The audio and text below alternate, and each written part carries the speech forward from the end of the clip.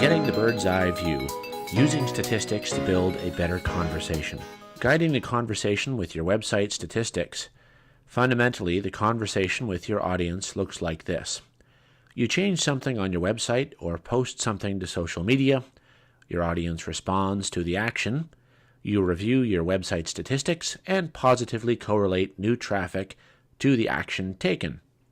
The goal of this section is to teach you the vocabulary of your website statistics so that you can draw useful conclusions and inferences about the relationship your audience is having with your website and your social media. So let's talk about Google Analytics. Marketers are naturally trying to see a positive correlation between the actions they take and the results that they're seeking.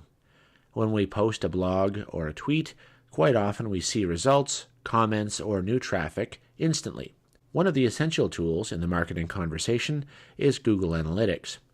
Google Analytics is a powerful tool for monitoring all aspects of your website traffic, from referrals to search engine activity. Even if you don't consider yourself a math person, with some perseverance and patience, you should be able to positively correlate the kinds of things you're doing with your marketing to the numbers and statistics that Google Analytics provides you. Setting up an account. If you haven't got one already, you'll need to sign up for a Gmail account.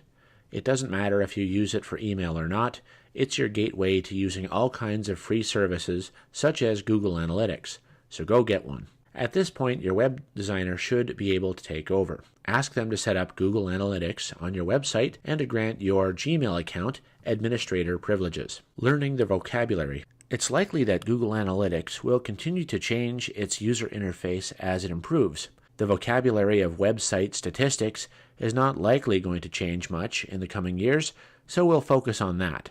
Here are some essential things you should be monitoring. Bounce rate. The bounce rate of a page is the percentage of people who left your website after viewing only one page. A page with a high bounce rate is performing poorly. In my opinion, over 50% is a bad number. You should always be comparing your landing pages to look out for ones that are bouncing a high percentage of visitors. These pages are ineffective and are literally driving people away from your website. Comparing your high bounce rates to your low bounce pages is a great way to find out what's working for your visitors and what isn't. Conversion rate. The conversion rate of a page is a percentage of people who completed a desired action on that page, such as filling out a form or purchasing a product. This is another great statistic to compare between your website's landing pages.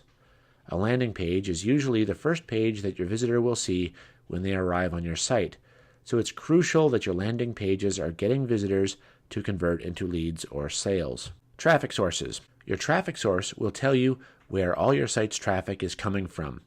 For instance, if you've been working on improving your search engine ranking, you would be interested in seeing organic search volume increasing.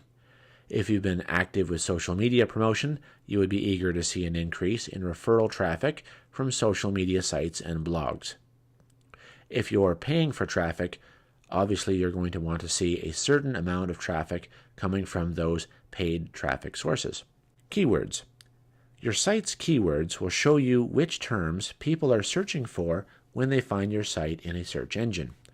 This is a great way to find out what people are actually looking for when they stumble on your site. Usually the first 2, 3, 4 keyword variations will be variations of your company name, but the results below those will give you a lot of insight into what people are trying to find when they come to your site. If you notice you're getting traffic around a keyword you haven't optimized for, you might have found a keyword that isn't very competitive. If the key phrase is relevant to your business, you might consider developing more content around that phrase. New versus returning visitors. The number of unique visitors is a fundamental metric to track. These days, it's still used to measure the overall level of traffic to a site and is particularly important for those sites that are dependent on advertising revenues as a major source of income. The actual definition of a unique visitor is the number of inferred individual people within a designated reporting time frame with activity consisting of one or more visits to a site. Each individual is counted only once in the unique visitor measure for the reporting period. Sounds simple? It's important to understand the factors that make people counting difficult when we're talking about website statistics. These days, the vast majority of web analytics systems use cookies to identify people. Cookies are little text files that are written to your computer when you visit a website. They contain information about you and your visit, which can be referred to later, usually by the website that put them there in the first place. One of the reasons website analytics systems write cookies is to determine if a visitor has been there or not. When you visit a site, the system checks to see if the cookie is there. If it is there, you are counted as a returning visitor rather than a new visitor. Here's the problem with that. Most analytics systems use first-party cookies. However, cookies are not the same as people, so this metric must always be treated with caution and never taken at face value. Counting cookies is not the same as counting people. Why? Tracking cookies can be blocked, cookies can be deleted, and people may use more than one device or different browsers to access the same website. In turn, the unique visitor count can be underestimated or overestimated. Generally, the most common reasons above will cause the unique visitor count to be inflated or deflated. But at least you're getting a general idea. In one project we did recently for a client, we were able to look at the number of cookies we could associate with a unique account number. We found that about 10% of accounts had more than one cookie attached to them. But 10% accounted for about 30% of all cookies. So for unique visitors, we were wary of using the absolute values. But as an old boss used to say to me, a trend is a friend. Assuming that there isn't a massive shift in the number of people deleting their cookies or using multiple devices or browsers, then it's probably safe to assume that any change in the numbers over time is reflecting a genuine trend, even though it's not a completely accurate measure of what you're trying to figure out. The other key thing about unique visitor is that it is a non-addable metric. The count of unique visitors relates to a specific period of time, such as a day, a week, or a month. Still, people take the unique visitors for the 7 days of a week, add them up, and call them a weekly unique visitor count. For instance, if I visit on a Monday, then I get included in a unique visitor count for Monday. Then I visit again on Thursday, and I get included again on the count for Thursday. If I then add together all the unique visitor counts for each day or the week, I will be counting twice instead of once. So adding up the daily numbers will tend to inflate the weekly numbers. Some web analytic systems are better than others at producing correct unique visitor counts for different time periods, so it's worth finding out how yours works. As a direct result of the cookie issues described above, the new versus repeat visitor metrics need to be treated with caution as well. A visitor to a website is identified as being new if the device does not already have one of the web analytics system's tracking cookies. If the device does not have a cookie, then it is given one.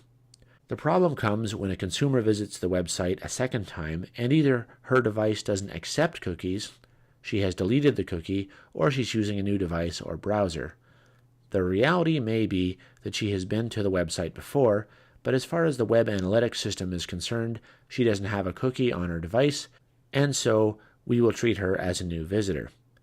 As a result, the proportion of visitors who are considered to be new is generally overestimated.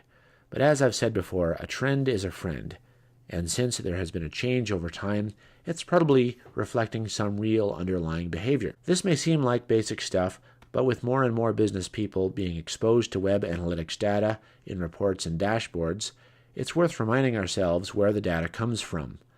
Time on site. This is a measure of the amount of time viewers tend to spend on your website. These numbers can be indicative of either how engaging your content is or how lost your visitor is. Page views. Page views are a measure of the average number of pages viewed by a particular visitor. Average page views per visit is a great statistic to view regularly. Referring sites. It's always important to know where your referrals come from. The referring site area of your statistics will show the amount of traffic coming in from referrals. Near the top of the report will be a single backslash, which will usually account for the largest percentage of traffic. This represents users who are just typing in your website address into a browser to get to you directly. This will indicate the percentage of your users who are aware of your site because of some previous knowledge of your business or an offline marketing resource such as a business card.